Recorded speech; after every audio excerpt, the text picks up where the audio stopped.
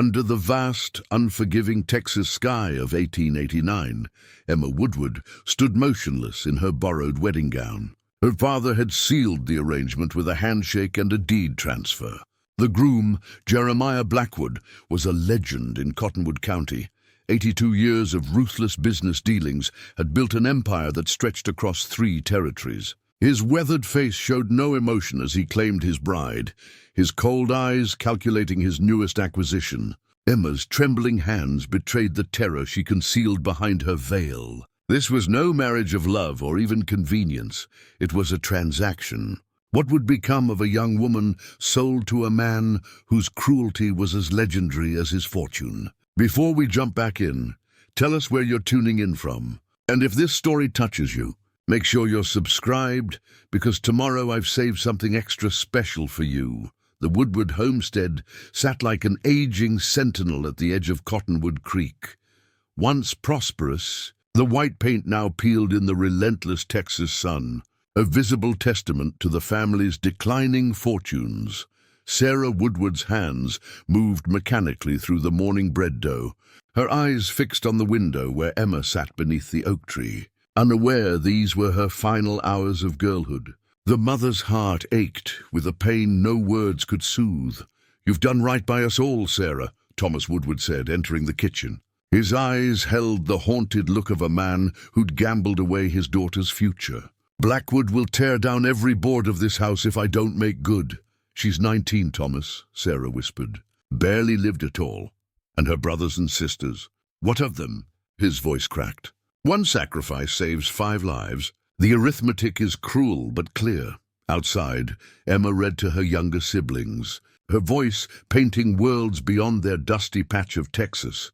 10-year-old Jacob lay in the grass beside her, while the twins, Mary and Martha, braided wildflowers into crowns. Little Samuel slept in her lap, his 5-year-old face peaceful against her apron. "Again, Emmy," Mary begged when the story ended. Emma laughed, the sound carrying through the open window to her mother, who closed her eyes against fresh tears. That evening, Emma stood silent as her father explained what would happen tomorrow.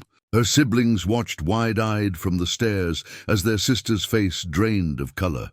"Mr. Blackwood has been generous," Thomas said, unable to meet her eyes. "Our debts will be cleared, the mortgage settled. You've sold me," Emma said simply, her voice distant as though the words belonged to someone else. "You'll want for nothing as his wife," her father insisted. "His house has real glass windows, servants, you'll have silk dresses." "Thomas," Sarah intervened. "Let her be." Later, in the bedroom shared with her sisters, Emma carefully packed the few possessions Blackwood would permit her to bring. The twins slept fitfully nearby, exhausted from crying. "I don't understand why you have to go," Jacob said from the doorway, his young face solemn in the lamplight. Emma beckoned him closer, wrapping an arm around his narrow shoulders. "Sometimes grown-ups make hard choices to protect those they love, but who's protecting you?" The question hung in the air, unanswerable. After the children finally slept, Sarah slipped into Emma's room with a small bundle wrapped in cotton cloth. "It's not much," she said, revealing a simple gold band. "My mother's ring? I'd hoped to give it to you on a happier occasion." Emma accepted it, this small circle representing all the normal dreams she'd never have. "Listen to me." Sarah gripped her daughter's hands. "Men like Blackwood believe they own everything they touch. But there are places inside you he can never reach unless you let him." Her voice dropped lower. "Your spirit is yours alone. Remember that in the dark times." Emma nodded, her eyes dry now. The crying was finished. Something else was taking its place, a hardness, a determination to survive whatever came. In the stillness before dawn, while the house still slept, she slipped outside to the oak tree. From her mother's poetry book, she took the pressed blue bonnet she'd placed there last spring. This small piece of beauty, of freedom, would go with her to Blackwood Ranch. When the black carriage arrived at noon, its gleaming surface out of place against their humble home, Emma was ready. She embraced each sibling, memorizing the feel of their small arms around her neck, the smell of their hair, the sound of their voices. "Be brave for me," she whispered to each one. Thomas stood awkwardly by the gate, his hat in his hands. "Emma, She walked past him without a word. Only for her mother did she pause. The two women holding each other in a silence that contained all they couldn't say. Then Emma stepped into the waiting carriage, the pressed flower hidden in her glove, the door closing with the finality of a coffin lid. The Blackwood Ranch sprawled across the horizon like its own nation. 60,000 acres of the finest grazing land in 3 counties, bordered by rivers to the east and mountains to the west. From the highest point on the property, one could ride a full day in any direction and still not reach its boundaries. At the center of this empire stood Blackwood Manor, a 2-story plantation-style mansion imported piece by piece from Virginia. Its white columns and wide verandas seemed to mock the humble Texas landscape around it. Just as its owner mocked the humble beginnings he'd escaped, Jeremiah Blackwood watched the approaching carriage from his study window, the silver wolf's head of his cane pressed against his thin lips. At 82, his body had betrayed him with age, but his mind remained razor-sharp. Time had merely distilled his cunning to its purest form. "Is everything prepared for Mrs. Blackwood's arrival?" he asked without turning. Mrs. Rivera, his housekeeper of 30 years, stood in the doorway, her face an unreadable mask. "Yes, Mr. Blackwood, the blue room is ready." "No," his voice cut like a whip. "The master bedroom. She is to be my wife, not a guest." Mrs. Rivera's eyes flickered briefly to the portrait above the fireplace. Eleanor Blackwood, his first wife, her painted eyes seeming to follow visitors around the room. "As you wish, sir." Blackwood smiled, revealing teeth too perfect to be natural. His third set in a decade, crafted by the finest dentist in Austin. The Woodward girl is young, unspoiled, he mused. A suitable final chapter, wouldn't you say? The housekeeper remained silent, having learned long ago when not to respond. Downstairs, ranch hands and house staff whispered among themselves as they completed preparations. None met the other's eyes when speaking of the new bride. 19, breathed Consuela, the kitchen maid. "My daughter's age." "Hush," warned Cook, glancing toward the door. "Walls have ears in this house." In the stables, Miguel Ramirez, the elderly groundskeeper, prepared the horses that would pull the wedding carriage. His weathered hands moved automatically while his mind wandered to darker thoughts. "Another sacrifice," he murmured to the bay mare. "Another lamb." The mare whinnied softly, as if in agreement. Sheriff Taylor arrived at 11, his official presence required to witness the marriage contract. He removed his hat upon entering, eyes darting uncomfortably around the opulent foyer. "Sheriff," Blackwood acknowledged, descending the stairs with measured steps, each punctuated by the tap of his cane. "Prompt as always." "Mr. Blackwood." The sheriff nodded, accepting the whiskey he was offered. "Business bringing me this time, not pleasure. Marriage is both, wouldn't you say?" Judge Wilson arrived next, followed by the banker, Mr. Phillips. The small congregation of Cottonwood County's most influential men gathered in Blackwood's study, signing the papers that would transfer not just a young woman, but the remaining Woodward assets to Blackwood's control. "Never understood why you bother with marriage," Phillips remarked, ink still wet on the document. "Man in your position could have any arrangement he wanted." Blackwood's eyes narrowed. "I prefer ownership to rental, Phillips. Always have." The banker flushed, lifting his glass to hide his discomfort. Outside, the staff lined up as the carriage approached, their faces carefully blank. Most had witnessed this scene before. Some had attended all 3 previous Blackwood weddings. In his dressing room, Jeremiah changed into his finest suit, custom-made in London. He ran a finger along his silver watch chain, then checked the mechanism. Perfect time, as always. He detested lateness, detested disorder of any kind.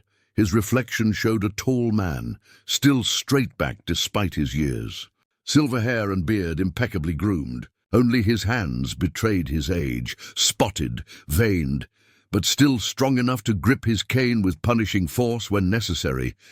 On the wall hung photographs of his previous wives. Eleanor, Catherine, and Margaret, each younger than the last, each lasting fewer years.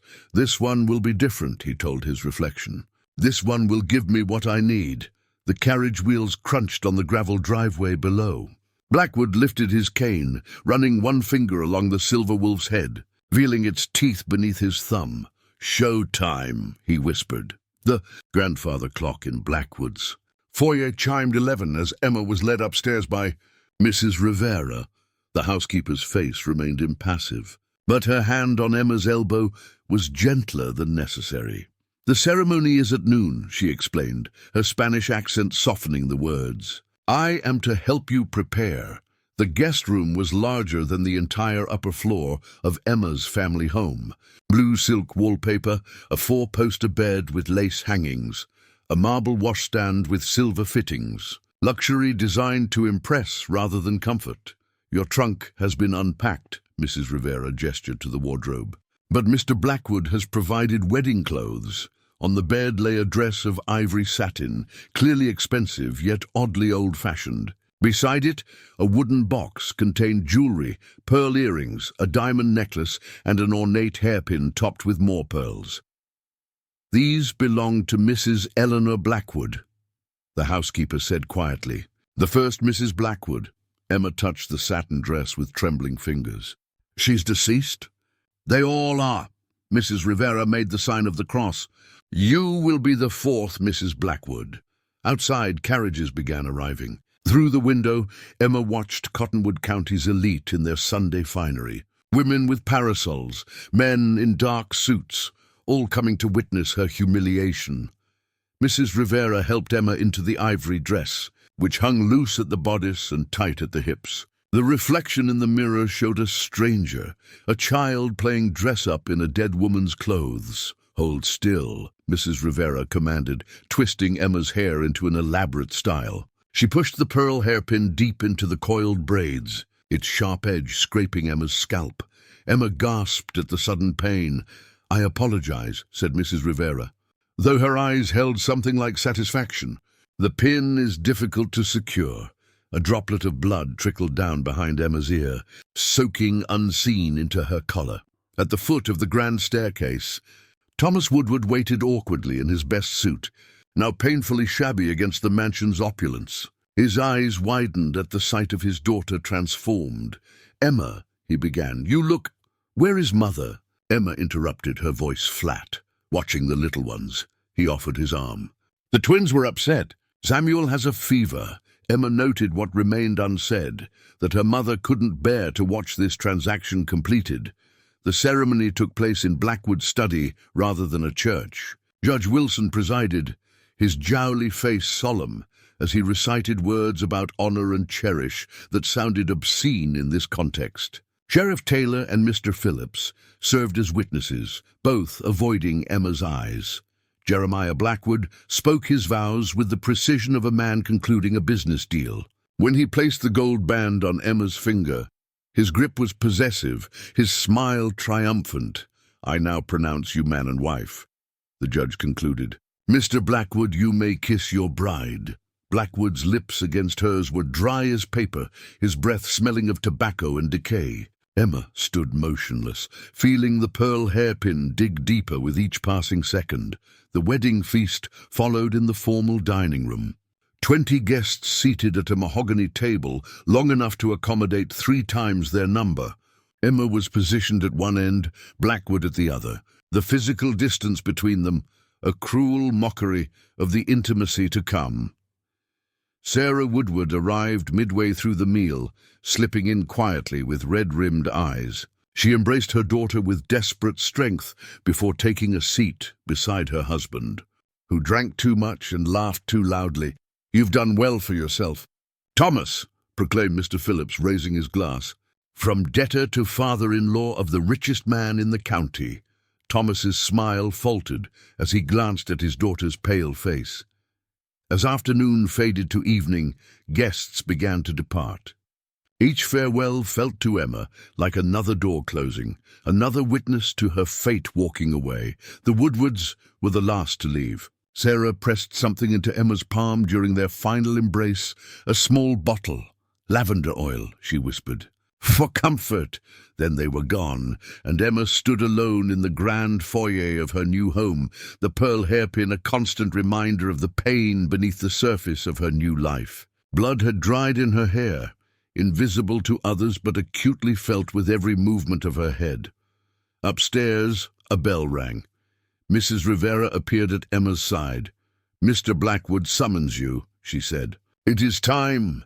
Mrs. Rivera led Emma through the darkened hallway, their footsteps muffled by thick carpets. Oil paintings lined the walls, stern-faced men and delicate women, whose eyes seemed to follow their progress with silent warning. "This is the master bedroom," the housekeeper explained, opening a heavy oak door. "Mr. Blackwood will join you shortly." The room was cavernous, dominated by a massive four-poster bed with dark red hangings. A fire crackled in the marble fireplace, casting shifting shadows across the walls. Despite the flames, the air felt cold. "Your nightclothes are laid out," Mrs. Rivera gestured to the dressing screen. "Ring if you need assistance." Before leaving, she paused at the bedside table and wound a small silver music box. "Mr. Blackwood insists on music for special occasions." The box began playing a tinkling melody, a waltz, delicate and sweet, incongruous in the oppressive room. Left alone, Emma moved as if in a dream. She changed into the provided nightgown, sheer white cotton with lace edging, clearly new yet old-fashioned in style. Her trembling fingers struggled with the tiny pearl buttons. The music box continued its cheerful tune as she sat perched on the edge of the massive bed. Her mother's small vial of lavender oil, clutched in her palm, provided the only familiar scent in this strange place. The clock on the mantel showed 15 minutes past 11 when the door opened. Jeremiah Blackwood entered, wearing a burgundy dressing gown over silk pajamas. He carried a crystal decanter and 2 glasses. "My dear," he said, his voice carrying none of the affection the words implied, "I trust you find your accommodation satisfactory." Emma nodded, unable to form words as he poured amber liquid into the glasses. "A wedding toast," he announced, handing her one. "To new beginnings." The whiskey burned her throat, but she welcomed the warmth that spread through her chest. Blackwood watched her with calculating eyes, nodding approval as she drained the glass. "You're quite beautiful," he remarked, his gaze clinical rather than admiring. "Youth has its advantages." He took the empty glass from her hand, setting it aside with deliberate care. The music box finished its melody, the room falling into silence, broken only by the occasional pop from the fireplace. "Do you know why I chose you, Emma?" Blackwood asked, rewinding the music box. The tune began again, slightly faster this time. "My father's debts," she whispered. Blackwood laughed, the sound dry as autumn leaves. "Partially. But I could have claimed his property without the inconvenience of marriage." He touched her cheek with cold fingers. "No, I chose you because you have something my previous wives lacked. Resilience." Emma flinched from his touch, but didn't pull away. "Eleanor was beautiful but fragile," he continued conversationally. "Catherine clever but sickly. Margaret strong-willed but ultimately breakable." His eyes gleamed in the firelight. "You, I think, will endure." The music box's melody seemed to distort, the notes stretching uncomfortably as Blackwood moved closer. "I require an heir," he stated matter-of-factly. "My previous attempts have been unsuccessful." Understanding crashed over Emma like ice water. This wasn't just about ownership or cruel pleasure. Blackwood wanted a child, a legacy. "I'm 82 years old," he continued, his hand now gripping her wrist with surprising strength. "Time is not a luxury I possess." What followed existed for Emma as fragments, disconnected moments she observed from somewhere outside herself. The weight of him, the smell of tobacco and cologne, the pain, sharp and then dull. The music box playing its cheerful tune twice more before falling silent. Throughout it all, she fixed her eyes on a small crack in the ceiling plaster, imagining it was the branch of a tree that she was back home beneath the oak, the Texas sky above her. When it was finally over, Blackwood rose and donned his robe with the efficiency of a man completing a routine task. He studied her for a moment, his expression unreadable. "You'll do," he pronounced, as if confirming the quality of a purchased horse. "We'll continue tomorrow night." After the door closed behind him, Emma remained motionless, tears sliding silently into her hair. The lavender oil had spilled during the struggle, its scent now mingling with other smells in the heavy air. Outside, clouds covered the moon, plunging the room into deeper darkness. Emma finally curled onto her side, drawing her knees to her chest like a child. The emptiness of the massive bed emphasized her solitude rather than relieving it. In the silence, her mind reached for her mother's words. "There are places inside you he can never reach unless you let him." She clung to this truth as the night stretched endlessly before her, refusing to surrender the innermost part of herself, even as everything else had been taken. Near dawn, exhaustion finally pulled her toward unconsciousness. As she drifted into uneasy sleep, her last coherent thought was a question that would sustain her through the days ahead. How does one escape a fortress when the walls are made of wealth and power? Dawn filtered through heavy curtains, painting thin stripes of light across the rumpled bed. Emma opened her eyes to an unfamiliar ceiling, momentarily disoriented before memory returned like a physical blow. The bedroom door opened without a knock. Mrs. Rivera entered carrying a silver tray, her face composed, as though this were any ordinary morning. "Breakfast," she announced, setting the tray on a small table. "Mr. Blackwood expects you downstairs in 1 hour." Emma sat up slowly, wincing at unexpected soreness. The housekeeper's eyes noted her discomfort, but offered no comment. "Your clothes are in the wardrobe. Mr. Blackwood prefers his wife to dress appropriately for her position." Mrs. Rivera paused, then added in a lower voice, "There is hot water for washing." Left alone, Emma approached the steaming porcelain bowl like a gift from heaven. She washed carefully, the warm water providing momentary comfort. Drops pattered like rain as she wrung out the cloth, the sound oddly loud in the massive room. The silver hand mirror lay beside the basin, its handle carved with intertwining roses. Emma lifted it reluctantly, bracing herself before looking.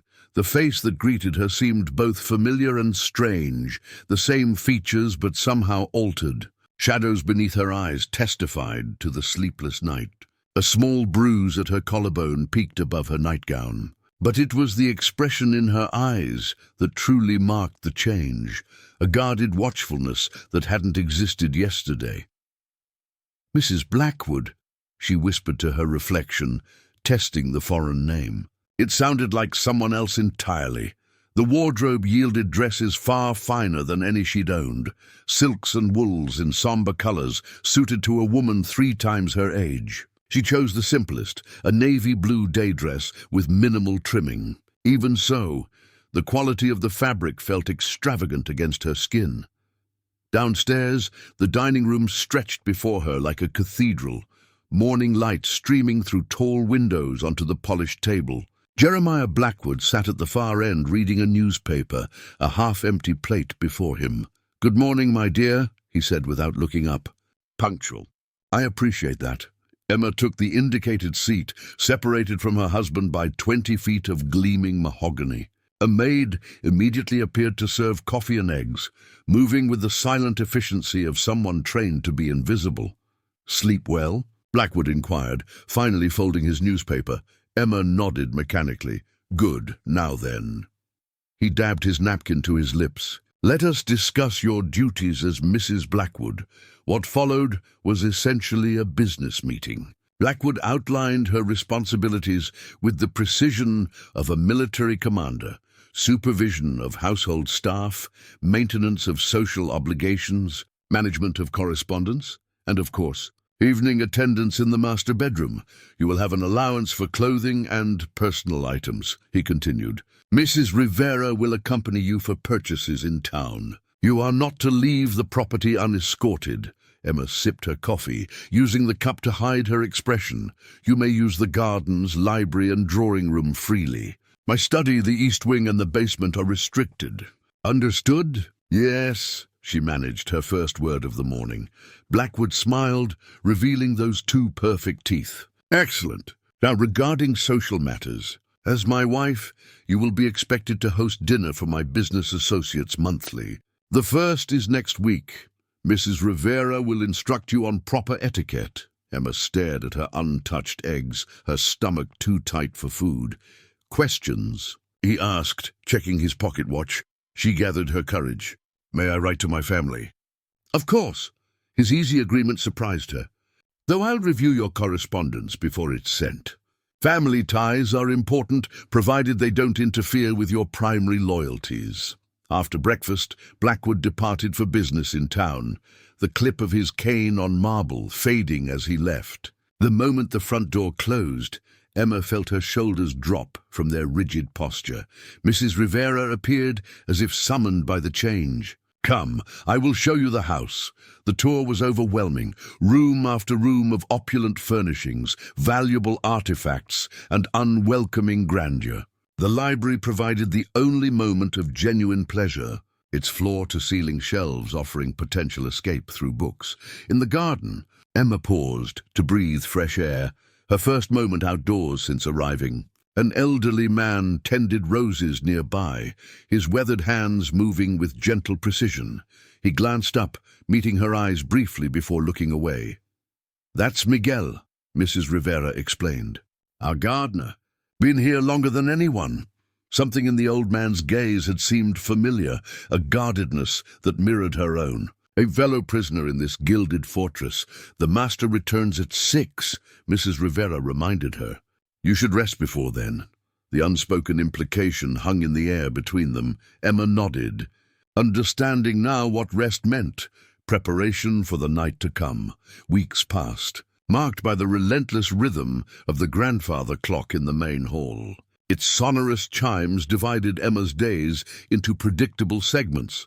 Breakfast at 7, household duties until noon, lunch in solitary silence, afternoon reading or needlework, dinner with Jeremiah at precisely 6, followed by the dreaded hours after dark. The massive clock stood 8 feet tall, its mahogany case gleaming with daily polishing, brass pendulums swinging with hypnotic regularity. Emma came to both dread and depend on its announcements, each chime signaling transition from one obligation to another. The clock has been in Mr. Blackwood's family for 3 generations, Mrs. Rivera explained one morning as Emma paused before it. Never wrong, never stops. He winds it himself every Sunday. It's very punctual, Emma replied, understanding the unspoken lesson. In this house, time belonged to Jeremiah Blackwood, like everything else. Her routine solidified as spring turned to summer. She learned to manage the household staff, cook and her 2 kitchen maids, the groundskeepers, the stable hands, and the housemaids who cleaned with silent efficiency. Most kept their distance, responding to her instructions with deference, but never warmth. Only Mrs. Rivera spoke to her beyond necessary communication, though the housekeeper maintained careful formality. From her, Emma learned the complex social hierarchy of Cottonwood County and the expectations that accompanied her position as Blackwood's wife. Mrs. Phillips will call tomorrow, Mrs. Rivera informed her one afternoon. The banker's wife. She's curious about you. What should I tell her? Emma asked, suddenly anxious. As little as possible, came the cryptic reply. Listen more than you speak. The visit proved instructive. Mrs. Phillips, a plump, overdressed woman with sharp eyes, scrutinized every aspect of Emma while pretending friendly interest. Such a charming home, she gushed, though her gaze inventoried each valuable object. And how are you adjusting to married life, my dear? Emma offered the carefully prepared smile she'd practiced in the silver mirror. Mr. Blackwood has been most generous. Indeed. Mrs. Phillips nodded, disappointment flashing briefly at the non-answer. And your accommodations are comfortable? Very, Emma replied, serving tea with steady hands despite the woman's obvious fishing for gossip. After the visitor departed, Emma felt exhausted from maintaining the facade, yet strangely triumphant at having revealed nothing of substance. The library became her sanctuary. While Blackwood conducted business in town or travelled to neighbouring counties, Emma lost herself in books, novels, poetry, even the dry historical tomes that lined the lower shelves. Words offered escape when physical freedom was impossible. One volume particularly captured her attention, a collection of Greek myths, its leather binding cracked with age. She read of Persephone, stolen to the underworld, and felt a sharp kinship with the trapped goddess. On rare occasions, Blackwood's business required overnight absence. These evenings were precious gifts, nights when Emma could sleep uninterrupted, curled on the far edge of the massive bed. "I'll return tomorrow evening," he announced one Thursday morning, his cane tapping impatiently as the carriage was prepared. "The railroad negotiation requires my personal attention." "Safe travels," Emma replied. The practiced words empty of meaning, alone in the garden that afternoon. Emma breathed deeply of the summer air, watching bees hover among Miguel's roses. The old gardener worked nearby, seemingly focused on pruning. "Beautiful day, Mrs. Blackwood," he observed, his voice startling after their previous silent acknowledgments. "Yes," she agreed cautiously. "The roses are thriving." Miguel nodded, his weathered hands continuing their work. "Things grow here despite everything. Nature finds a way." Something in his tone suggested meaning beyond horticulture.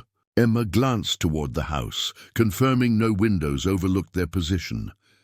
"Some plants need special care to survive harsh conditions," Miguel continued, his eyes meeting hers briefly. "Like this one, fragile-looking but stronger than it appears." He indicated a climbing rose, its delicate blooms belying the sturdy stem beneath.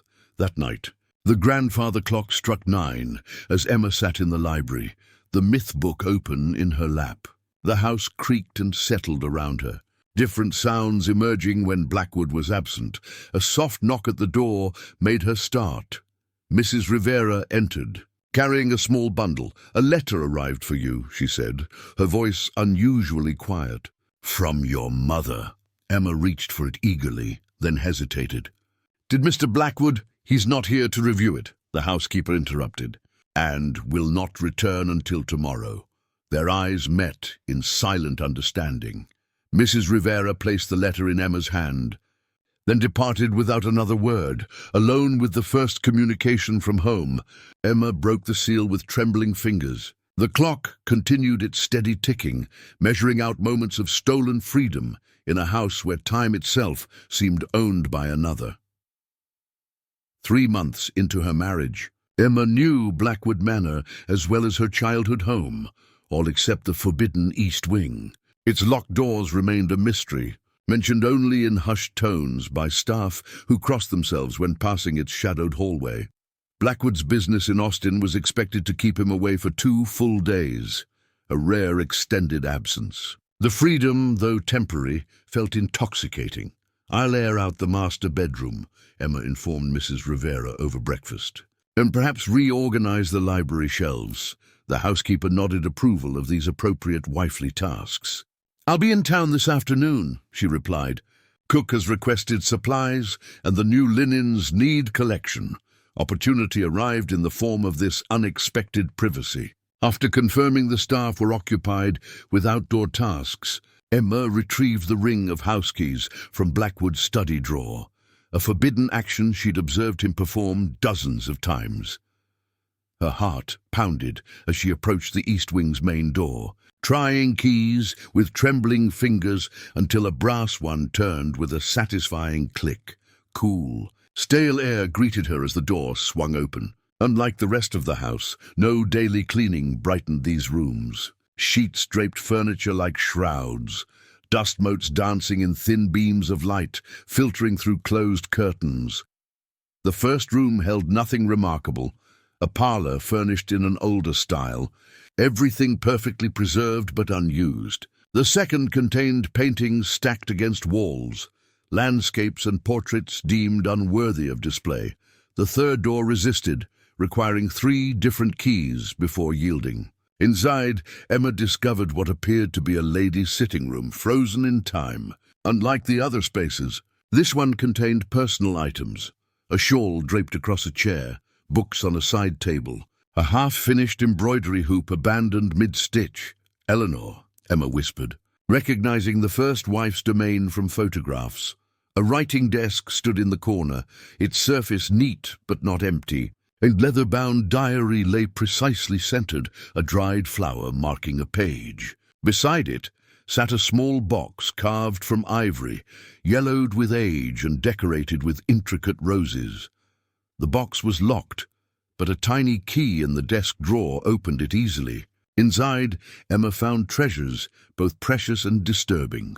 A gold locket containing a miniature portrait of a young woman with sad eyes, a folded handkerchief embroidered with the initials E.B., a marriage certificate dated 1869, and most unsettling, a small envelope containing 3 locks of hair, each tied with different colored ribbon. "Oh my God," Emma breathed, understanding dawning as she counted, blonde, auburn, and black. 3 wives, their remains preserved like trophies. A journal entry from the diary confirmed her suspicions. April 18, 1870. Jay was furious about the doctor's visit. "Locked me in my room for speaking of my concerns to Dr. Wells. The bleeding has worsened, but Jay insists we continue trying for an heir. I fear what will happen if I cannot fulfill my purpose here." Emma turned pages with increasing dread, reading Eleanor's deteriorating script as months passed. August 3rd, 1870. "The new medication makes me dizzy, but Jay insists it will help with fertility. I've hidden this journal in the music box when he searches my room." The final entry, dated October 1871, chilled Emma to her core. "I have failed again." The bleeding was worse this time. Jay refuses to call the doctor, says I am being dramatic. "If you are reading this, know that Jeremiah Blackwood sees women as vessels, nothing more. I pray I am his last victim." But Eleanor hadn't been the last. 2 more wives had followed her to this house, to the same master bedroom where Emma now slept. Further exploration revealed adjoining rooms, one filled with books and botanical drawings, evidently belonging to Catherine, the second wife. Another contained more modern furnishings and a half-finished novel manuscript signed Margaret Blackwood. Each space told the same story. Intelligent women with interests and talents, systematically isolated and ultimately destroyed in Blackwood's relentless pursuit of an heir. In Margaret's room, Emma found medical documents hidden. Beneath the mattress, physicians' notes about physical trauma consistent with excessive martial relations and recommendations for rest that had clearly been ignored. A sudden sound from the hallway froze Emma in place. Footsteps approached, then stopped outside the door. "Mrs. Blackwood." Mrs. Rivera's voice called.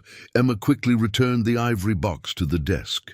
"Yes, I'm here." The housekeeper stood in the doorway, her expression unreadable as she surveyed the forbidden room and Emma's presence in it. "I thought you were in town," Emma said, struggling to keep her voice steady. "I returned early." Mrs. Rivera's eyes flicked to the open diary, then back to Emma's face. "You shouldn't be here. What happened to them?" Emma asked directly. "To Eleanor, Catherine, and Margaret?" Mrs. Rivera's professional mask cracked slightly, revealing something like grief beneath. "They served their purpose until they couldn't anymore." She stepped back into the hallway. "We should go. This wing is forbidden for a reason." As Emma followed her out, the housekeeper added in a near whisper, "Be careful what you look for. Mrs. Blackwood, knowledge is dangerous in this house." The key turned in the lock, sealing away the past wives' secrets, but not their warning. The discovery in the East Wing haunted Emma for days. She moved through her duties mechanically, jumping at shadows and studying every face in the household with new suspicion. Had they all known? Had they watched 3 women before her walk the same path to destruction? Sleep became impossible in the master bedroom. Each night she imagined Eleanor, Catherine, and Margaret lying where she now lay, enduring the same violations until their bodies failed them. One particularly suffocating afternoon, Emma escaped to the farthest corner of the garden, seeking air untainted by the house's oppression. Behind a wall of climbing roses, she discovered a small clearing containing a stone bench beneath an ancient oak tree. The bench was simple but beautiful, carved from a single piece of limestone, now weathered by years of Texas seasons. As Emma ran her fingers over its surface, she noticed faint markings, initials carved into the underside where they would remain hidden from casual observation. E.B. "C.B. M.B. They came here too," said a voice behind her, Emma startled. Turning to find Miguel standing at the entrance to the clearing, pruning shears in hand. "I'm sorry," she began. "I didn't mean to disturb your work." The old gardener shook his head. "This was their place. Now it's yours." He gestured to the bench. "Miss Eleanor had me build this clearing 20 years ago. Said she needed somewhere to breathe." Emma studied his weathered face. "You knew them all. Watched them arrive full of life. Watched them leave in coffins." His directness was startling after months of veiled conversations. Miss Catherine added the roses. Miss Margaret planted the wildflowers by the path. "Why are you telling me this?" Miguel set down his tools and sat on the opposite end of the bench, a liberty no house servant would normally take with the mistress. "Because you're looking for answers, and time is not your friend." Over the next hour, Emma listened as Miguel shared what 25 years of service at Blackwood Ranch had shown him. How Eleanor, an educated Boston woman, had slowly declined over 2 years of marriage, her health failing after multiple miscarriages. How Catherine, the daughter of a Texas judge, had lasted barely 18 months before a fever claimed her. How Margaret, a writer from San Francisco, had allegedly fallen down the stairs after just 1 year as Mrs. Blackwood. And no one questioned these deaths. Emma asked, appalled. "Mr. Blackwood owns the sheriff, the judge, the newspaper. Who would dare?" Miguel's hands twisted together in his lap. "Besides, nothing could be proven. He never struck them where it would show. Why do you stay, knowing all this?" The gardener's eyes grew distant. "My daughter Lucia worked here as a maid during Miss Eleanor's time. She witnessed something she shouldn't have." His voice dropped lower. "She disappeared the next day. Mr. Blackwood said she'd stolen silver and run off, but I knew my Lucia." Understanding dawned. "You stay because you believe she might return. I stay because somewhere on this property are answers." Miguel's weathered hands gripped the bench edge. "And because each new Mrs. Blackwood deserves one person who knows the truth." A silence fell between them, broken only by bees humming among the roses. "The house has secrets," Miguel continued eventually. "Passages built during border conflicts, hiding places from older days. Miss Margaret found some of them. She was planning to escape before her accident." Emma's pulse quickened. "Do you know where these passages are?" "Some, not all." He glanced toward the house. "I can show you, but not today. Eyes are always watching." As if summoned by his caution, Mrs. Rivera's voice called from the main garden path. "Mrs. Blackwood, are you out here?" Miguel stood immediately, resuming his role as deferential servant. "I'll check these roses tomorrow, Mrs. Blackwood," he said loudly. "The beetles are bad this season." Emma nodded, understanding the need for pretense. "Thank you, Miguel. Your attention to the garden is appreciated." As she walked toward Mrs. Rivera's voice, Emma felt something unfamiliar unfurling inside her chest, the first tendril of hope. Their clandestine meetings continued over subsequent weeks. The stone bench became their council chamber, hidden from the house's watching eyes. Miguel shared knowledge accumulated over decades, which servants could be trusted. Which of Blackwood's business associates harbored resentments? Where keys were kept? Emma contributed her own observations of Blackwood's habits and vulnerabilities. Together, they assembled fragments of truth, like pieces of a map that might someday lead to freedom. "He'll be away next Thursday," Emma whispered during one such meeting. "Taking the train to Dallas for cattle negotiations." Miguel nodded. "That's when I'll show you the passage in the north pantry. It leads to the stables." He hesitated. "But remember, Mrs. Blackwood, knowledge without action is just another form of prison." The warning lingered as Emma returned to the house, her steps lighter despite the danger ahead.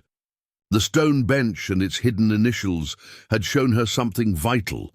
She was not the first to seek escape, but she might be the first to succeed.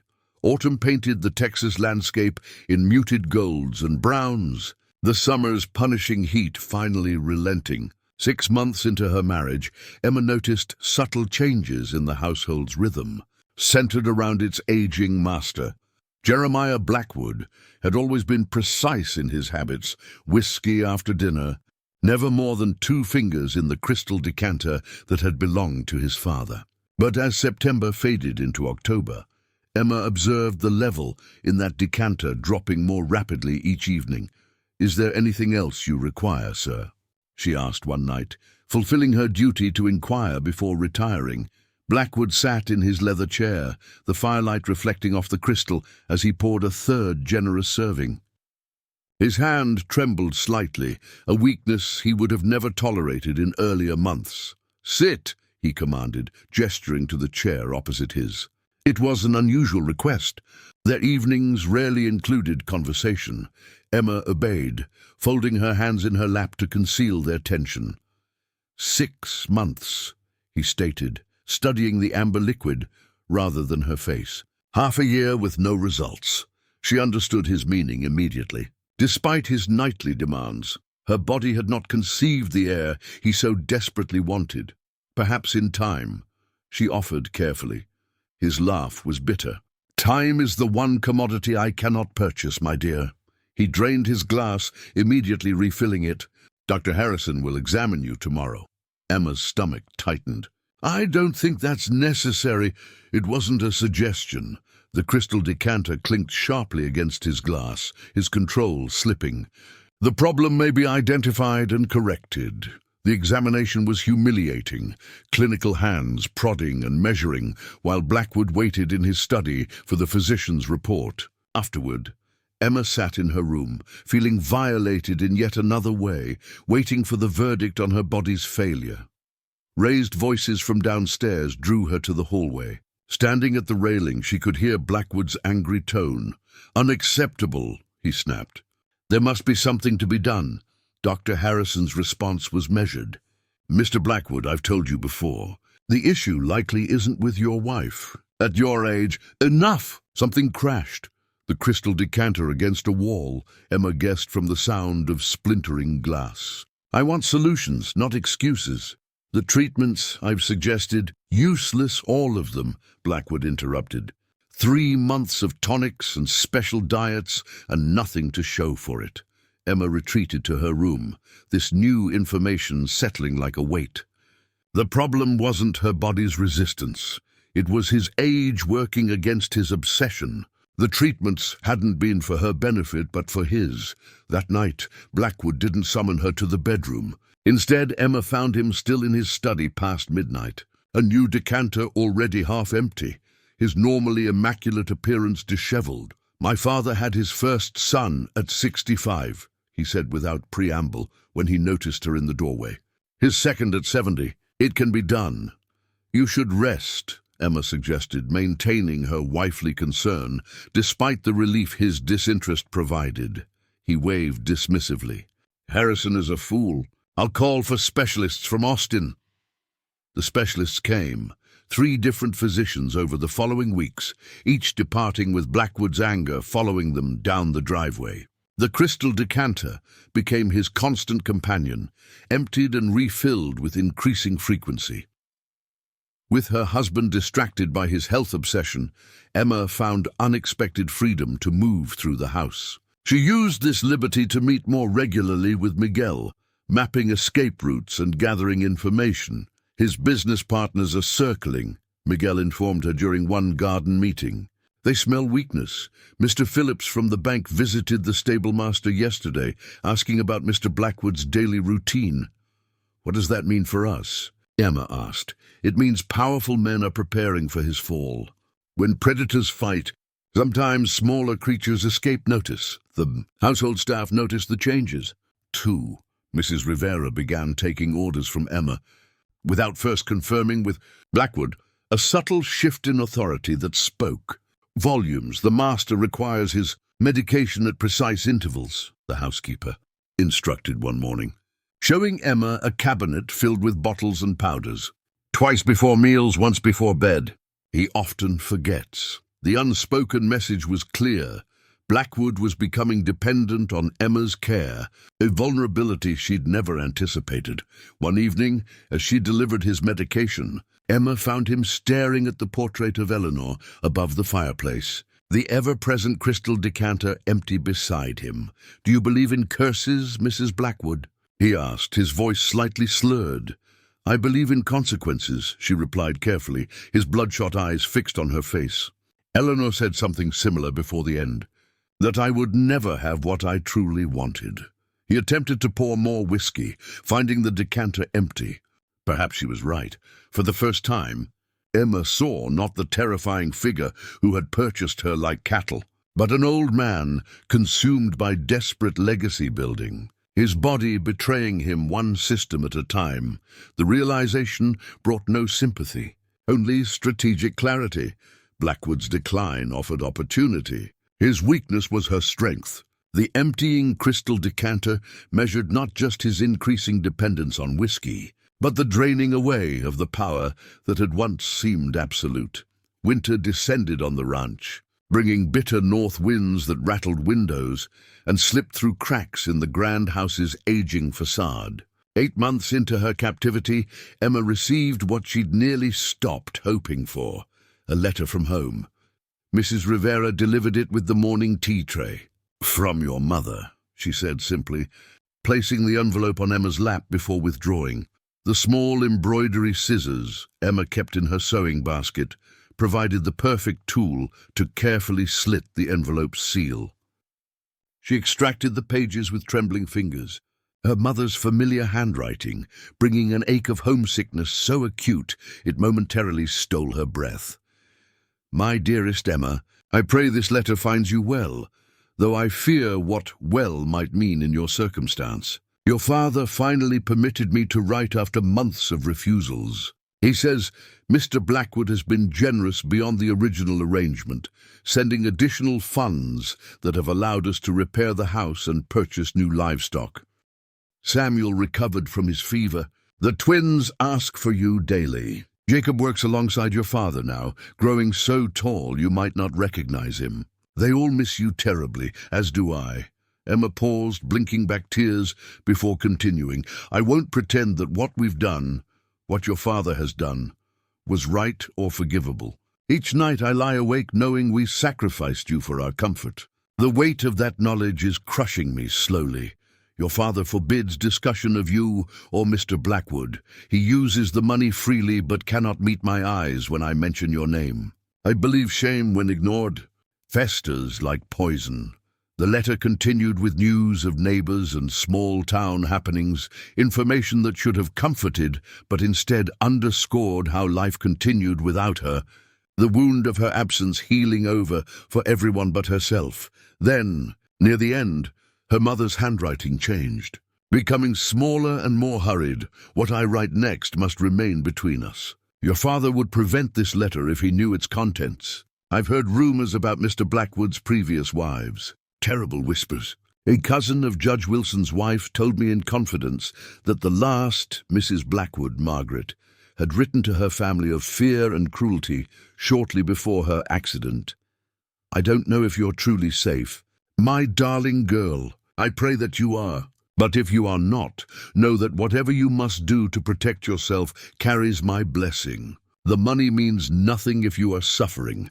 If there comes a time when you need sanctuary, my brother John's ranch near the Oklahoma border would welcome you without question. Your father need never know of my suggestion. With all my love and deepest regret." Mother Emma read the letter twice more, the small embroidery scissors still clutched in her hand, their pointed tips pressing into her palm. 8 months ago she might have immediately written back, begging for rescue. Now she understood the danger such correspondence would create for herself and her family. Her mother had taken a tremendous risk. If Blackwood had read this letter first, as was his usual practice, Emma shivered, carefully folding the pages and considering where to hide them. The massive house suddenly seemed full of watching eyes. The embroidery scissors glinted in the morning light as she returned them to her sewing basket. Such a small, innocent tool, allowed because of its domestic purpose, yet sharp enough to open letters, cut fabric, sever threads, or if necessary, defend herself. The thought startled her with its clarity. Just months ago, she had been a frightened girl, passive in her fate. Now she found herself cataloguing potential weapons, exits, allies. The scissor blades closed with a satisfying snap as she made her decision. Approaching the fireplace, Emma held the letter to the flame, watching as her mother's words turned to ash. The information they contained was now safely stored in her memory, where Blackwood could never find it. That afternoon, she composed a reply under Mrs. Rivera's watchful eye, a proper letter from a dutiful wife, describing the magnificent house, her comfortable circumstances, her gratitude for her husband's generosity. Everything Blackwood would expect to read before allowing it to be sent, but within the bland sentences, she embedded her true message. The winter is harsh, but I am well. Please give my love to Uncle John, though I fear I may never see him again. Only her mother would understand. Winter? Well, Uncle John. See? A coded confirmation that she had received and understood the offer of sanctuary. As Emma sealed the envelope, the embroidery scissors lay innocently in her sewing basket. No longer merely a household tool, they had become a symbol of her awakening, small but potentially lethal. Hidden in plain sight, serving a purpose no one suspected, like Emma herself. That night, as Blackwood drifted into whiskey-aided sleep beside her, Emma mentally recited the directions to her uncle's ranch, memorizing the route Miguel had described when she'd cautiously inquired about northern roads. For the first time, escape seemed not just a desperate fantasy, but a possibility with shape and substance. The ember of hope her mother's letter had kindled would not be extinguished. No matter how harsh the winter winds that rattled the windows of her gilded prison, January arrived with a bitter cold snap that confined the household indoors. Blackwood's declining health worsened with the weather, his coughing fits echoing through the halls at night. The isolation of winter, rather than increasing Emma's sense of confinement, provided unexpected opportunities. Mr. Blackwood is too ill to review the quarterly accounts, Mrs. Rivera informed her one morning. He asks that you organize the papers in his study for when he's feeling stronger. Emma accepted the task with appropriate wifely concern. Of course. I'll ensure everything is in order for him. Alone in Blackwood's study, surrounded by the artifacts of his power, Emma found herself with unprecedented access to his most private business affairs. The leather-bound ledger caught her attention immediately, a substantial book bound in fine calfskin with brass corners, its pages filled with Blackwood's precise handwriting. At first, she merely organized as instructed, but curiosity and strategic necessity soon had her studying the columns of figures and notations. The ledger contained not just financial records, but a map of Blackwood's entire empire, property holdings, investments, debts owed to him, and most interestingly, debts he owed to others. Emma had never been trained in business matters, but growing up on a struggling ranch had taught her the basics of accounting. Hours spent watching her father puzzle over insufficient funds had given her an education in financial desperation. Now she applied that knowledge to understanding wealth instead. The Denver property shows remarkable returns, she commented to Blackwood that evening. Bringing him broth in his sick room, he raised an eyebrow, surprise momentarily replacing irritation at his confinement. You've been reviewing my accounts? Only to organize them as you requested. She adjusted his pillows with practiced care. The figures were quite impressive. Vanity overcame suspicion. The silver mine investment paid off threefold. Phillips advised against it, the fool. Blackwood's chest swelled with pride before another coughing fit seized him. In subsequent days, Emma established a new routine, attending to Blackwood's needs in the morning, then spending afternoons organizing his papers while he slept. The leather ledger revealed secrets beyond mere financial records. It documented his network of influence, debts both monetary and personal, and most valuably, the location of liquid assets. During her garden meetings with Miguel, now conducted in the greenhouse due to weather, Emma shared selective insights, He keeps $10,000 in the safe behind the painting in his bedroom, she whispered, arranging potted herbs to disguise their conversation. And the combination is Eleanor's birth date. Miguel nodded, his weathered hands packing soil around seedlings. That's enough to disappear with, but not enough to live on forever. You'd need to keep running. There's more, Emma continued. The ledger shows property in his wife's name, his first wife, near San Antonio, never transferred after her death. Legally, it might still belong to her estate, to which you, as the current Mrs. Blackwood, might have claim, Miguel finished thoughtfully. Clever girl. Through February, as Blackwood alternated between periods of improvement and decline, Emma meticulously built her knowledge. The leather ledger became her textbook, not just for financial information, but for understanding the man who had purchased her. Each entry reflected Blackwood's character, ruthless business decisions, callous foreclosures on families during hardship, strategic manipulation of local politics. But she also noted weaknesses, increasing disorganization in recent entries, missed opportunities, and a significant decline in new acquisitions over the past year. He's losing his edge, she realized aloud one afternoon, tracing a finger over a column of diminishing returns. Talking to yourself, my dear. Blackwood's voice from the doorway startled her. Emma closed the ledger calmly, having prepared for this eventuality. Just puzzling over some figures that don't quite balance. I thought perhaps you could explain them when you're feeling stronger. His expression softened at this evidence of wifely dedication to his interests. You've developed quite a head for business, it seems.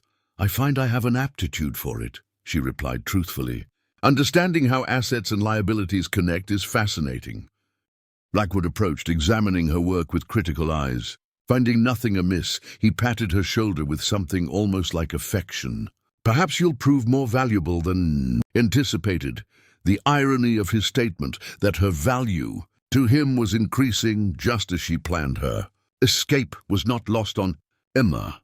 As March approached with hints of spring, Emma's education via the leather ledger was nearly complete. She understood Blackwood's empire well enough to identify not just its strengths, but its vulnerabilities. The safe combination, property details, banking arrangements, and outstanding loans were committed to memory. Most importantly, she had learned which documents she would need to secure her future: deed transfers, bank drafts, and certificates of ownership that could be converted to freedom once she was beyond Blackwood's reach. During their final greenhouse meeting, before Miguel began spring planting, Emma laid out her timeline. April, she said decisively. When he travels to Austin for the Railroad Commission meeting, he'll be gone 3 days minimum, Miguel nodded. The North Passage will take you directly to the stables. Carlos can have a horse ready without raising suspicion. And the documents? Leave that to Mrs. Rivera. At Emma's surprised expression, Miguel smiled. She has her own reasons for helping. Her sister was Lucia's mother. The pieces were falling into place. Emma ran her fingers over the embossed cover of the leather ledger one last time, before returning it to Blackwood's desk. The book that had documented the creation of his empire would now, unwittingly, facilitate its fracture. Spring brought renewal to Blackwood Ranch, wildflowers dotting the pastures, fresh leaves on the oak trees, and an unexpected visitor whose arrival would alter Emma's carefully laid plans. Mr. James Parker, from Austin, Mrs. Rivera announced one April morning. A lawyer handling Mr. Blackwood's railroad interests. Blackwood sat straighter in his chair by the study window, where he now spent most days. Show him in, and have my wife join us. These negotiations will affect her future. Emma entered the study as a tall, sandy-haired man in his early 30s was shaking Blackwood's hand. His well-tailored suit and confident bearing marked him as a man of education and position, but it was the kindness in his eyes that caught Emma's attention. Mrs. Blackwood, Parker said, bowing slightly. A pleasure to make your acquaintance. Something in his expression, a flicker of surprise, perhaps concern, suggested he hadn't expected someone so young. Emma offered her hand with practiced poise, the proper mistress of Blackwood Manor. Mr. Parker will be staying 3 days while we finalize the railway right-of-way agreements. Blackwood explained. "See that the blue room is prepared." The first day passed in business discussions, papers spread across Blackwood's desk, while Emma served tea and remained decoratively silent. Parker spoke with precision about easements and compensation rates, but occasionally his gaze would drift to Emma with unasked questions. By evening, Blackwood's strength was failing, his coughing more pronounced. "Continue tomorrow," he wheezed, retiring earlier than usual. Emma escorted Parker to the dining room for a supper he would take alone. "I apologize for my husband's abrupt departure. His health has been delicate this spring." "No apology needed," Parker replied. "Though I confess I find myself with questions that perhaps you might answer in his absence." Something in his tone, a deliberate casualness, made Emma cautious. "What sort of questions, Mr. Parker?" He hesitated, then gestured to the dining chair. "Would you join me?" Even briefly, the impropriety of dining alone with another man was precisely why Blackwood had retired. He expected Emma to serve their guest and withdraw. Yet the lawyer's manner suggested importance beyond social rules. 5 minutes, she agreed, taking a seat. Parker studied her face before speaking. "Mrs. Blackwood, forgive my directness, but your situation here appears unusual." Emma's carefully constructed facade threatened to crack. "I'm not sure what you mean." A 19-year-old bride to an 82-year-old man, isolated on a remote property. His voice remained gentle but firm. "And the fourth Mrs. Blackwood in 20 years. Her teacup clattered against its saucer. "You've been making inquiries. It's my job to understand my clients fully." Parker leaned forward. "Including patterns that might affect legal matters." "My marriage is hardly relevant to railroad negotiations," Emma countered.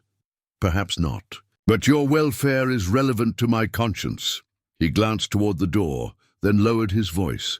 "Mrs. Blackwood, Emma, if you're in need of assistance, there are legal options that you presume too much, sir." Emma rose, heart pounding. This unexpected ally was dangerous, offering hope while creating immediate risk. "I should retire." "Of course. My apologies." Parker stood quickly. "Though if you're interested in Texas property law, I've left a volume in the library. Quite dry reading for most, but illuminating on certain matters regarding married women's property rights." The following morning, Emma found the book, substantial and leather-bound, placed prominently on the library table. Glancing over her shoulder, she opened it to find several sections marked with thin paper slips, and in cases where marriage occurs under circumstances of financial coercion. It's separate. Property owned prior to marriage remains legally distinct. Courts have recognized constructive trusts when undue influence is proven. Each marked passage offered a thread of possibility, legal concepts that might unravel Blackwood's control. Emma memorized key phrases before carefully returning the markers exactly as she'd found them.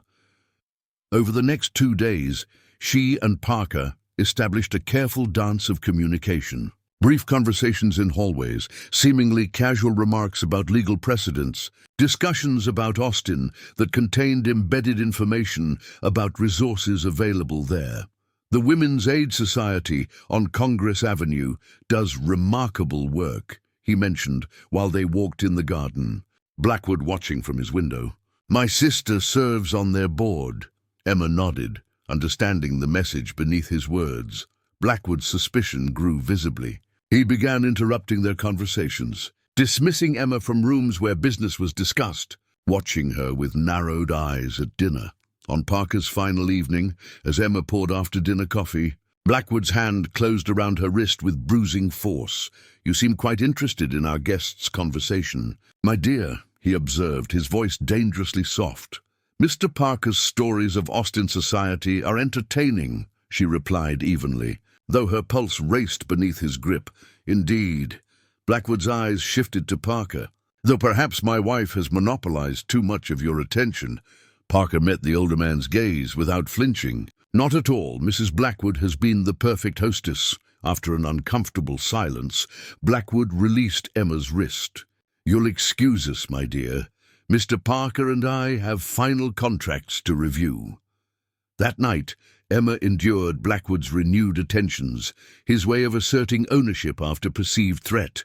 His wheezing breath and fumbling hands made the ordeal mercifully brief, but his parting words carried clear warning. Remember your place in this house, Emma, and remember what happens to those who forget it. The following morning, Parker departed with formal farewells. As he handed Emma her glove after their handshake, a small card slipped into her palm, his business address in Austin. The law book remained in the library, an innocent legal reference that had altered Emma's understanding of her options. Her escape plan now had a destination more concrete than mere freedom. It had an ally. 2 weeks after Parker's departure, Emma knew something fundamental had changed in Blackwood Manor. Her husband's deterioration accelerated, marked not just by physical weakness, but by a disturbing instability of mind.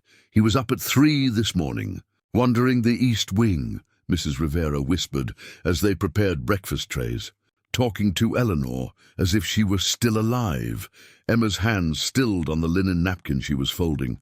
Did he seem dangerous? More confused than violent? The housekeeper crossed herself.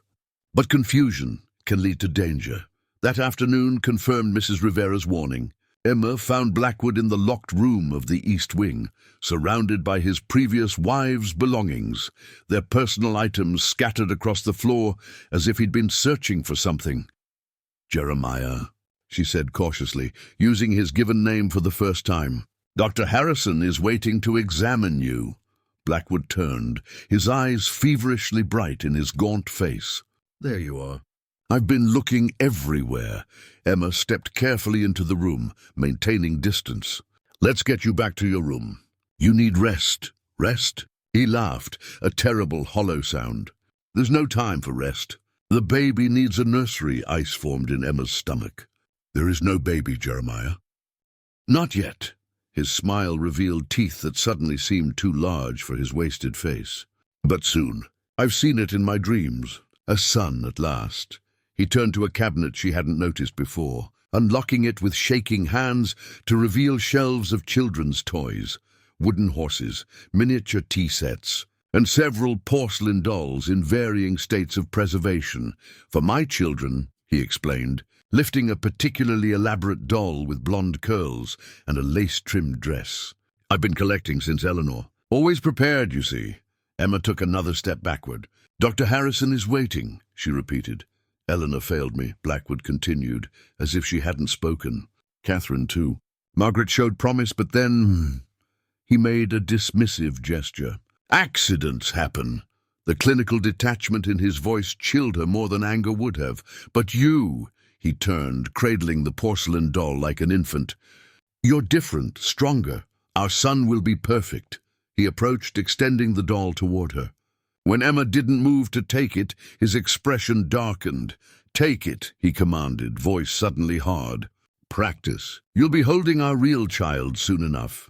Instinctively, Emma accepted the doll, its cold porcelain face staring up with painted blue eyes and a fixed smile. The weight of it in her arms felt wrong, a parody of motherhood that made her skin crawl. Beautiful, isn't she? Blackwood reached out, stroking the doll's curls with disturbing tenderness. I had her made in Vienna. Eleanor was going to give her to our daughter. Emma nodded mechanically, desperately calculating how to extract herself from this increasingly unhinged situation. We'll need to accelerate our efforts, he continued, voice dropping to a conspiratorial whisper. I've acquired new treatments from a specialist in Europe. Guaranteed results within 3 months. What sort of treatments? Emma asked, alarm growing. Medicines. Special diets. More frequent attempts. His hand moved to her waist, possessive and demanding. Starting tonight. No more excuses about monthly courses or headaches. Emma stepped back, still clutching the doll. You need to rest first. Regain your strength. His face transformed, rage replacing the eerie calm. Do not tell me what I need. He seized a porcelain figurine from a nearby shelf and hurled it against the wall, where it shattered with a sound like gunfire. I have waited 4 wives and 40 years for my heir. Another figurine followed the first, then a vase, then a silver picture frame. You will not deny me. You are mine, purchased and paid for." Each crash punctuated his descent into fury, objects flying across the room as Emma pressed herself against the wall, the doll held before her like a shield. From the doorway came a gasp. Mrs. Rivera and Dr. Harrison, drawn by the commotion. "Mr. Blackwood," the doctor exclaimed. "You must calm yourself." Blackwood whirled toward the new voices, momentarily distracted. "Get out! This is between me and my wife." Emma seized the opportunity, pushing past him toward the door, still instinctively clutching the porcelain doll. "Where do you think you're going?" Blackwood lunged after her, surprisingly quick despite his illness, seizing her arm with bony fingers. "We haven't finished our discussion." "Let her go, sir." Dr. Harrison stepped forward, his professional demeanor belied by the fear in his eyes. "You're not well, not well." Blackwood laughed wildly. "I'm perfectly well. It's the world that's sick, conspiring to deny me what's rightfully mine." His grip tightened painfully on Emma's arm. In the struggle, the porcelain doll slipped from her grasp, hitting the hardwood floor with a sickening crack as its head shattered into jagged pieces. Blackwood froze, staring at the broken doll with an expression of such primal grief that for one moment Emma almost pitied him. Then his gaze lifted to her face, cold calculation replacing anguish. "You did that deliberately," he said with terrible quietness. "You'll never give me a child. You're sabotaging me, just like the others." Before anyone could react, he raised his cane and struck Emma across the shoulder, the force throwing her against the doorframe. "Mr. Blackwood!" Dr. Harrison intervened, grabbing the older man's arm as Mrs. Rivera pulled Emma to safety. "Lock her in her room," Blackwood shouted as the doctor restrained him. "She's trying to destroy me, just like Eleanor. Like all of them." As Mrs. Rivera hurried her down the hallway, Emma heard Blackwood's voice fade behind them. "I know what needs to be done now. I see it clearly at last." The broken porcelain doll lay forgotten on the floor, its painted smile now a grotesque grimace among the shattered fragments, much like Blackwood's facade of sanity. Emma was not locked in her room as Blackwood had commanded. Instead, Dr. Harrison insisted she be taken to the guest bedroom to treat the bruise blooming across her shoulder. "This is unconscionable," the physician muttered, applying arnica salve. "I've tolerated much from Mr. Blackwood over the years, but this—" He shook his head, genuine regret in his eyes. "What will happen to him?" Emma asked, wincing as the doctor's fingers probed her injury. "I've administered a sedative." "He'll sleep through the night." Harrison packed his bag with deliberate movements. "But I cannot predict his state upon waking. His mind is slipping faster than his body." After the doctor left, Mrs. Rivera entered with a tea tray. "Drink this," she instructed, pouring a steaming cup. For the pain, Emma accepted it gratefully. "Thank you. For everything." The housekeeper's eyes met hers with new directness. "It must be tonight." No clarification was needed. They both understood. The crisis had accelerated all plans.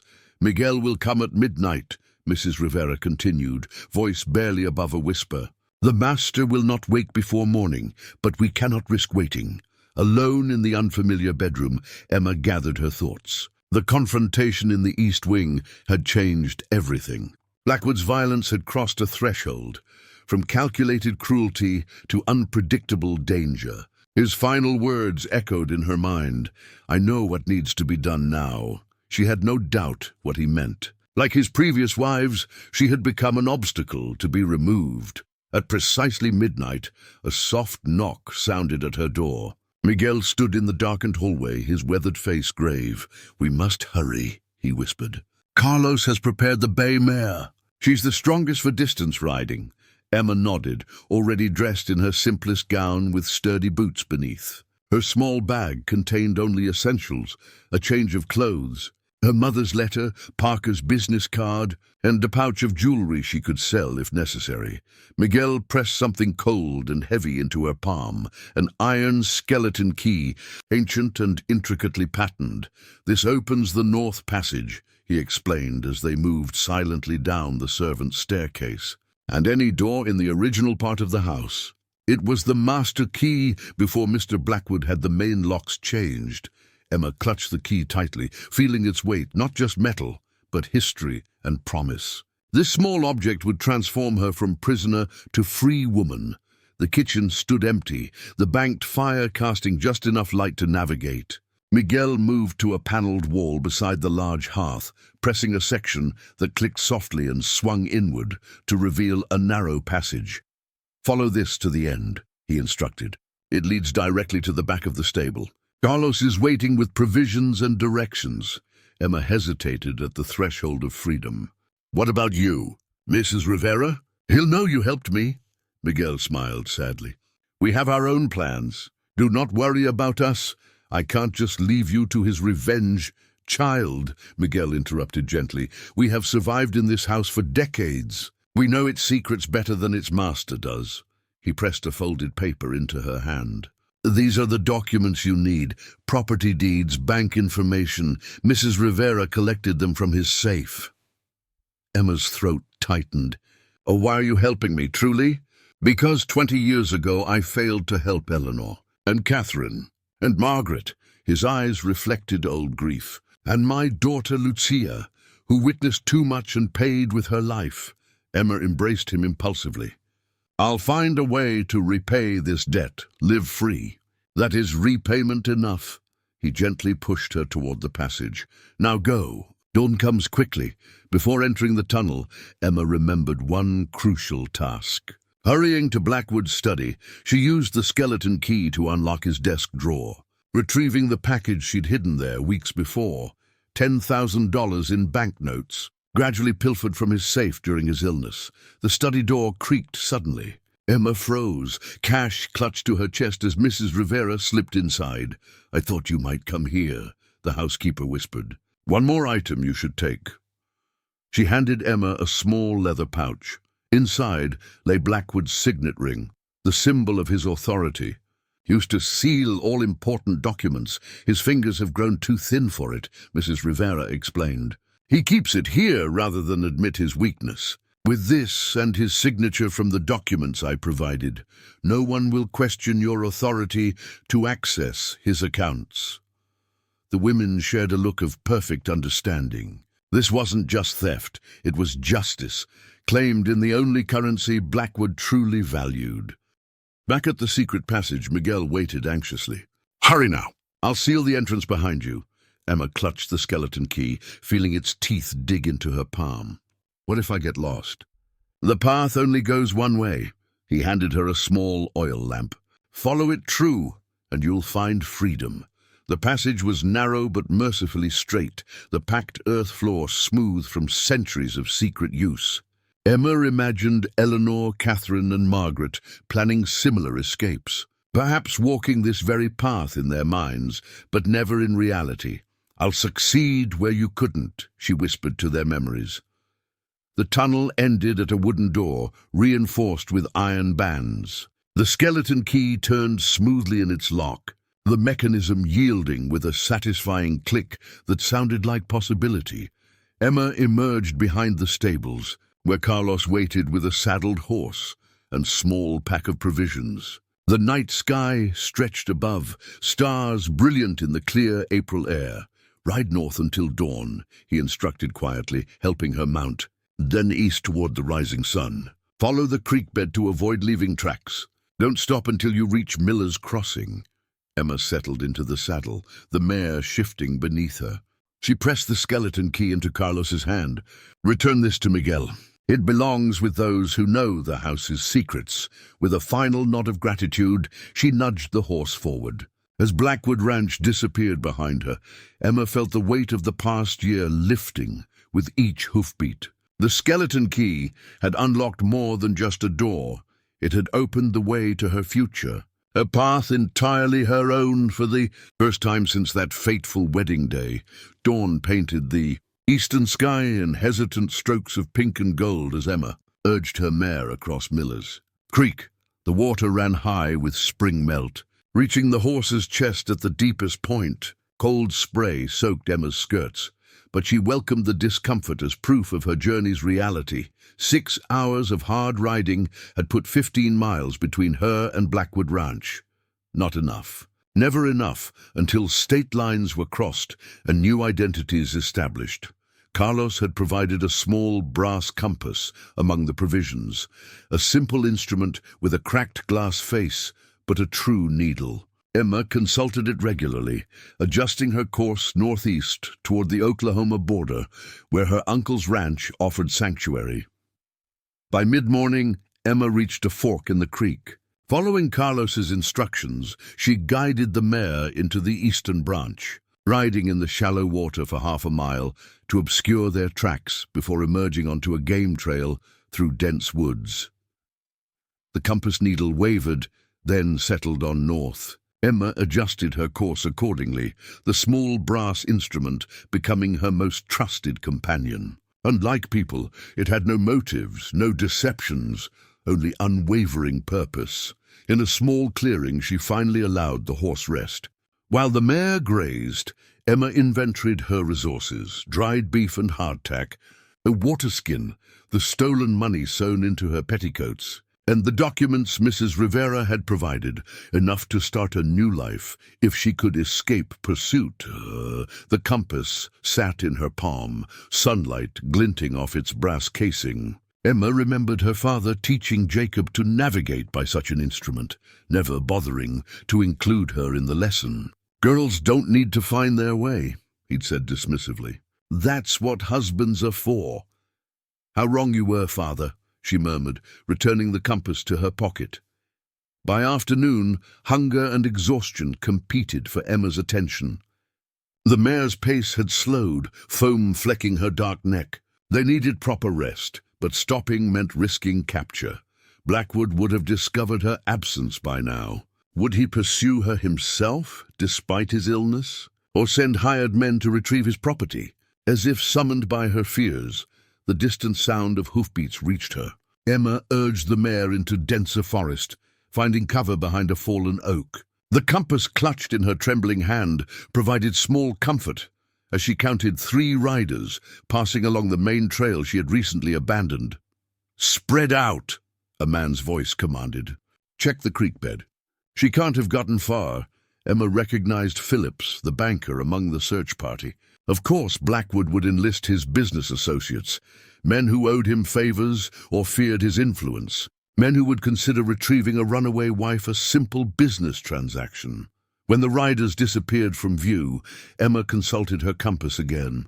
The direct route north was now blocked. She would need to circle east, adding miles and hours to her journey. Dusk brought new challenges. Without sunlight, the compass alone couldn't guide her through unfamiliar terrain. Emma found a secluded hollow beneath a limestone outcropping and decided to wait for moonrise. The mare stood nearby, tethered loosely to allow grazing but prevent wandering. Emma chewed dried beef mechanically, too exhausted to register its taste. Sleep tempted her, but she resisted, knowing a few minutes of unconsciousness could cost her freedom. Instead, she studied the documents by failing light. Property deeds, banking records, and most valuable, a letter of introduction to the First Bank of Austin, bearing Blackwood's forged signature and seal, the work of Mrs. Rivera's surprising talents. "I wonder what drove you to learn forgery." "Mrs. Rivera," Emma mused, admiring the perfect replication. Night fell completely. Emma waited, listening to the forest's nocturnal symphony while anticipation built in her chest. When the moon finally rose, a waxing gibbous bright enough to cast shadows, she checked her compass by its silvery light and resumed her journey. The night hours passed in a dreamlike procession of shadows and silence. Emma's exhaustion created strange visions at the edge of her sight, but the compass needle remained steady, an anchor to reality. Near midnight, she reached a small farmhouse set back from the road. No choice remained. The mare needed rest, and Emma's own strength was failing. She approached cautiously, prepared to flee at the first sign of danger. A dog's bark announced her arrival. The farmhouse door opened to reveal an older woman holding a lantern high. "Who's there?" she called, voice strong despite her years. "A traveler seeking shelter," Emma replied, remaining mounted in case quick departure became necessary. "I can pay." The woman approached, lantern light illuminating a face lined by years of sun and work. Her shrewd eyes took in Emma's fine dress, now travel-stained and torn, and the quality of the exhausted horse, running from something. "I'd wager," she observed without judgment. Emma's hand closed around the compass in her pocket, drawing strength from its solid presence. "Running towards something," she corrected quietly. The woman nodded as if this made perfect sense. "I'm Martha Wilson. My husband's been dead 5 years, so it's just me and the dog." She gestured toward the barn. "Stables around back. You can sleep in the loft if you help with morning chores." "Thank you, Mrs. Wilson." Emma dismounted on legs, nearly too numb to support her weight. "I'm Jane Smith." The false name felt strange on her tongue, but the compass in her pocket reminded her that new directions required new identities. As Emma settled the mare in the barn, voices carried from the nearby road. Through a crack in the weathered boards, she glimpsed riders passing. The search party. Still hunting their quarry. "They're looking for a girl on a bay mare," Mrs. Wilson said from the barn door, making Emma start. "Stole money and valuables from her employer, they say. Offering $20 reward." Emma's throat dried. "And what do you think of that?" The older woman's expression remained impassive. "I think a girl riding alone through the night usually has good reason." She turned to leave, then added, "I'll tell them I saw someone heading west. Should they come asking?" Alone in the hayloft, Emma finally allowed herself brief rest. The compass lay beside her makeshift pillow, moonlight from the loft window illuminating its face. Unlike the sun that rose and set at the whims of nature, the compass needle pointed true, regardless of time or circumstance. "North," Emma whispered, letting her eyes close at last. Always north. 3 days of hard riding, avoiding main roads and sleeping in barns or forests, brought Emma to the small town of Riverton. With the Oklahoma border just 15 miles north, she allowed herself the luxury of a proper meal and bed at the town's modest hotel. "Just one night," she told the proprietor, a heavy-set man with kind eyes. "I'll be leaving at first light." "As you wish, Mrs. Smith," he replied, accepting her story of traveling to join her husband without question. Small towns survived on discretion. After washing away the grime of travel in a tin bath, Emma changed into her one clean dress and ventured downstairs for supper. The dining room held only a handful of patrons, a drummer showing fabric samples to a local merchant, an elderly couple dining in silence, and a young mother with a sleeping infant. The normalcy was intoxicating. For the first time in a year, Emma sat in a public place without Blackwood's presence dictating her every move and word. She ordered chicken and dumplings, savoring each bite while reviewing her plans. Tomorrow she would cross into Oklahoma, then west to her uncle's ranch. The documents from Mrs. Rivera had already secured funds from a bank in the previous town, providing enough money for a fresh start if her family proved unwelcoming. A commotion at the hotel entrance interrupted her thoughts. The door burst open, admitting a gust of evening air, and the last person she expected to see, Jeremiah Blackwood himself, leaning heavily on his silver-headed cane. "Search every room," he commanded the men behind him.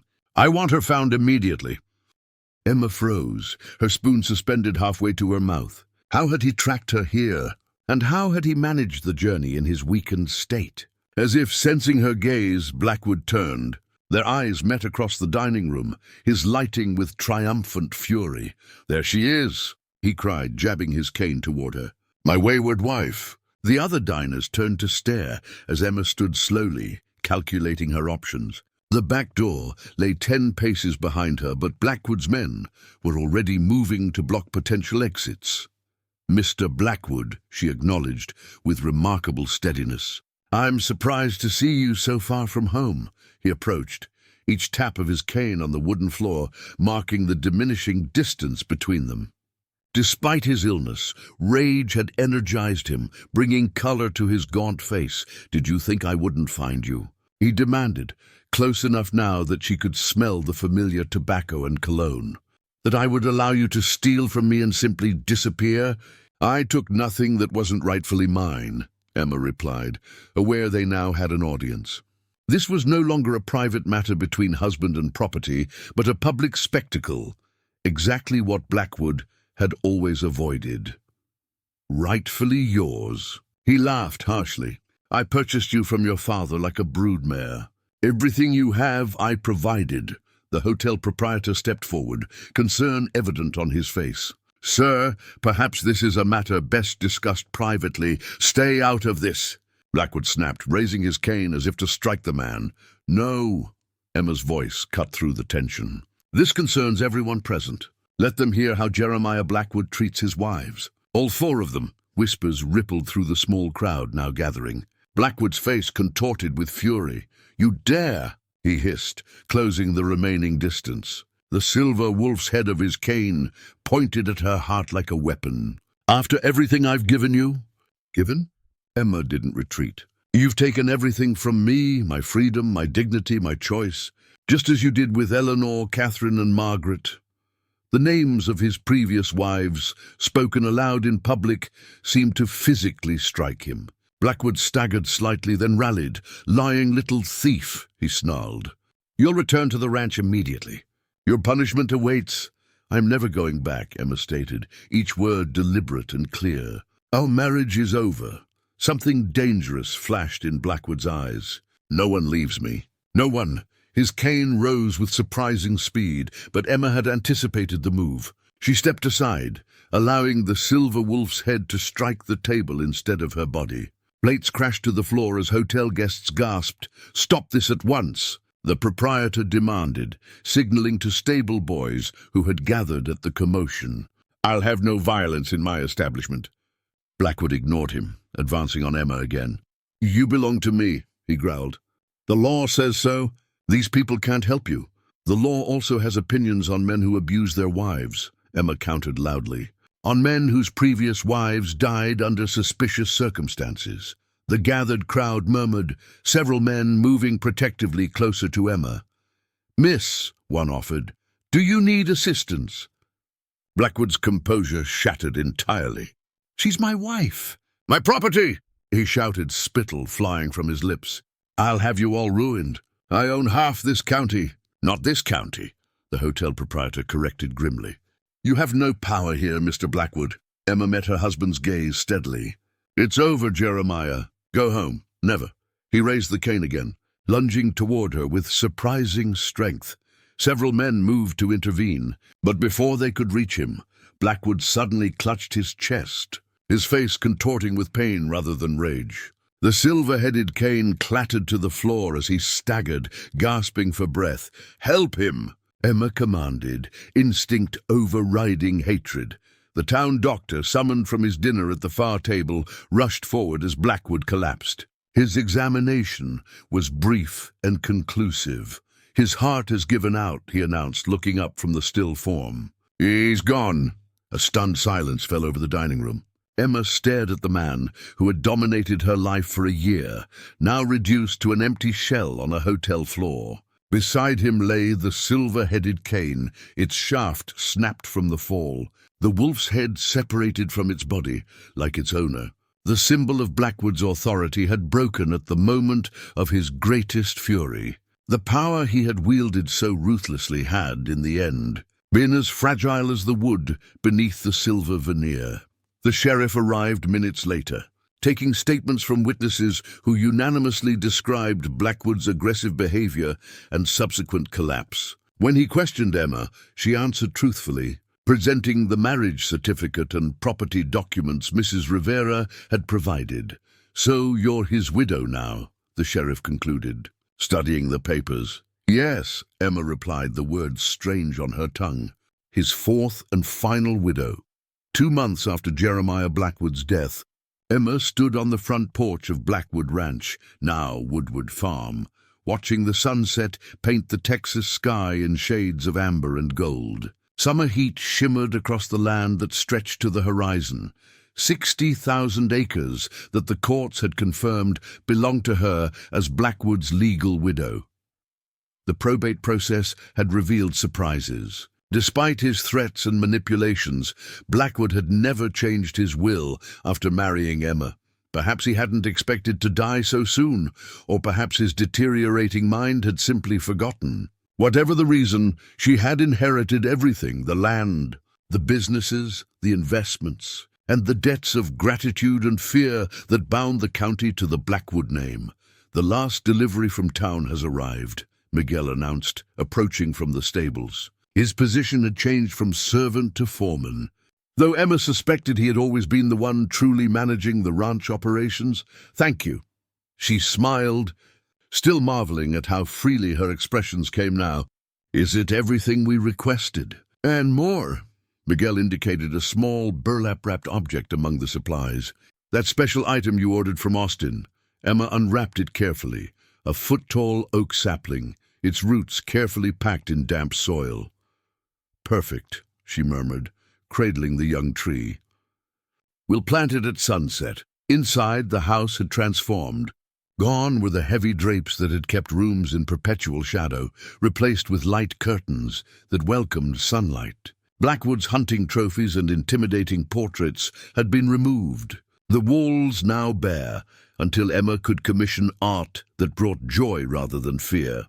Mrs. Rivera supervised a staff who no longer moved in terrified silence. Laughter occasionally echoed through rooms that had known only whispers for decades.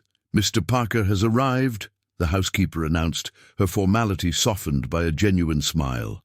"He's waiting in the library." James Parker stood examining the bookshelves, his presence now a regular occurrence as he helped Emma navigate the legal complexities of her inheritance. "The court has formally dismissed the challenge to your ownership," he reported without preamble. "Mr. Phillips and the other associates have withdrawn their petition." Emma nodded, unsurprised. The banker and Blackwood's other business partners had attempted to contest the will, claiming undue influence. Their case had collapsed when Dr. Harrison testified about Blackwood's mental state and treatment of his young wife. "And the other matter?" she asked. Parker smiled. "The transfer of the east section to Miguel Ramirez is complete. 3,000 acres, as you specified. The deeds for the parcels designated for the families of Eleanor, Catherine, and Margaret have also been recorded." Justice, Emma had discovered, took many forms. The restitution she'd arranged for Blackwood's victims couldn't undo past suffering, but it acknowledged their stories and returned what had been taken. "Have you considered my proposal?" Parker asked, his professional tone softening. "The partnership would secure your position against future challenges." Emma appreciated the offer for what it was, both business and something more personal. James Parker had proven himself an ally, and perhaps in time could become more. "But not yet. I need to stand on my own first," she replied gently. "To know that I can," he nodded, understanding without offense. "Then I'll continue as your legal advisor only." As evening approached, Emma gathered the household staff and the few remaining ranch hands who had chosen to stay after Blackwood's death. Together, they walked to the far edge of the garden, where Miguel had prepared a spot for the oak sapling. "Why here?" asked Mrs. Rivera, watching as Emma carefully removed the young tree from its burlap wrapping. "Because this is where I first found hope," Emma explained, indicating the nearby stone bench with its secretly carved initials. "Where I learned I wasn't alone. The planting became an impromptu ceremony. Each person added a handful of soil around the sapling's roots, transforming a simple gardening task into a communal ritual of renewal. From this day forward," Emma announced, "this land will provide life, not take it. It will offer opportunity, not servitude." As the others dispersed, Emma remained by the sapling, adjusting its slender trunk to stand straight against the evening breeze. Miguel worked nearby, his experienced hands ensuring the young tree had the best chance to thrive. "Will you stay?" she asked quietly. "Now that you have your own land, your own freedom?" The old gardener considered the question for a time. Until this one is strong enough, he gestured to the sapling. Then perhaps I'll search for Lucia again, with resources I never had before. Emma nodded, respecting his need for closure, just as she sought her own. The following morning brought her mother's arrival, a tearful reunion followed by complicated conversations about her father's role in her suffering. Forgiveness would come slowly, if at all, but understanding had begun. 1 week later, Emma sat at Blackwood's massive desk, now her desk, reviewing cattle contracts with a confidence that grew daily. The business knowledge she had gleaned from his ledgers now served her purposes. A knock at the study door announced Miguel. "The Ramirez family plot has been prepared," he reported. "As you requested," Emma nodded, setting aside her papers. Together, they walked to a quiet corner of the property, where simple wooden crosses now marked the previously unmarked graves of Miguel's daughter, Lucia, and others who had disappeared during Blackwood's reign. "Not forgotten anymore," Emma said softly, placing wildflowers at the base of each cross. That evening, she rode alone to the oak sapling, dismounting to check its progress. 1 week in the ground, and already its leaves lifted toward the sky with unmistakable vitality. Unlike Blackwood's empire, built through acquisition and control, Emma's legacy would grow organically, creating shelter, offering shade, providing for others rather than taking from them. The sapling might require decades to reach its full height, but Emma had something Blackwood had never possessed despite his wealth and power: time from her saddlebag. She removed Eleanor's journal, Catherine's botanical sketches, and pages from Margaret's unfinished novel, salvaged from the East Wing before renovations began. Beside the sapling, Emma read their words aloud, finally giving voice to the women whose stories had been silenced. "Your lives mattered," she told the empty air, "and they will not be forgotten." As darkness fell, Emma mounted her horse and rode toward the lights of the main house, not a prison any longer, but a home being reborn one day at a time.